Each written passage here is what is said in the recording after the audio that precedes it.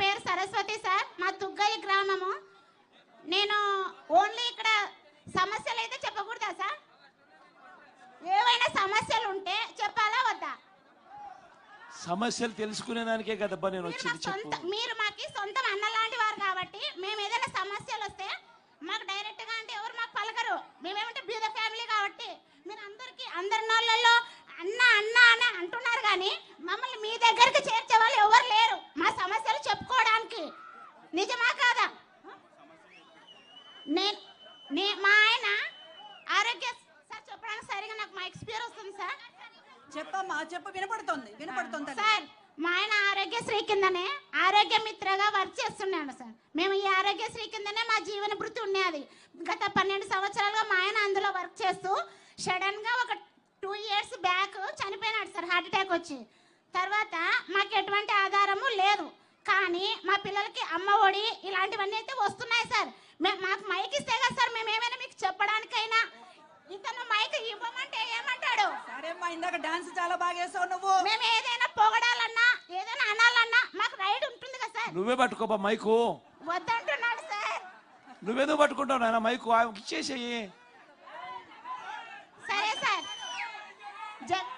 నమస్తే సార్. జగన్ అన్న, నాకైతే ఎటువంటి జీవన భృతి లేదు.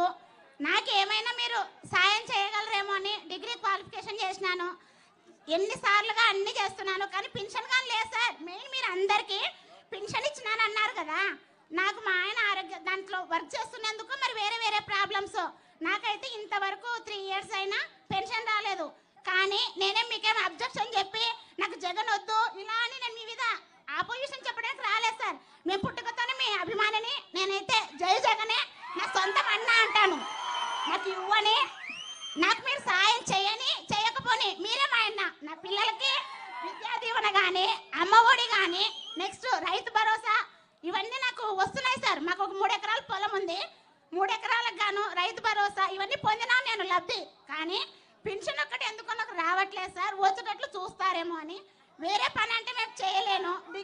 నా క్వాలిఫికేషన్ డిగ్రీ. ఏమైనా నా క్వాలిఫికేషన్ సరిపడా మీరు సీఎం కాబట్టి ఏదో ఒక చిన్న జాబ్ ఇప్పించిన ఇదై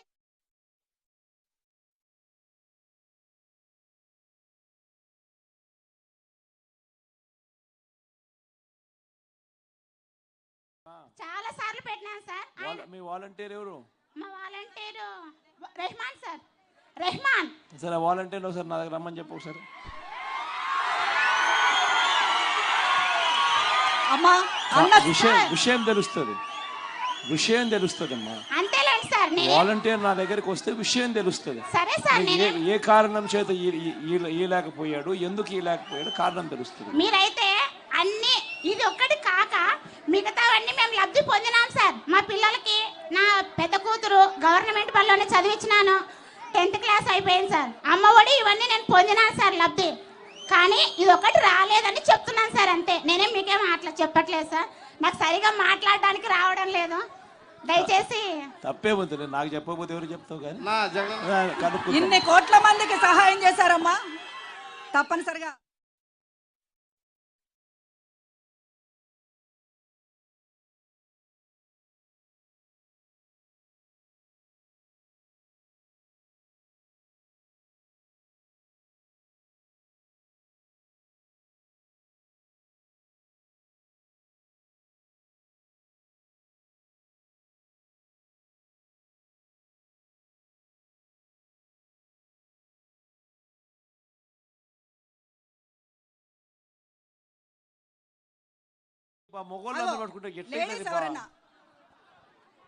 లేడీస్ ఎవరైనా మాట్లాడతారు. అదిగో ఆ ఎర్రచీర అక్క మాట్లాడుతూ. అమ్మ మాట్లాడు తల్లి. మైక్ ఆ ఎర్రచీర ఆవిడికి.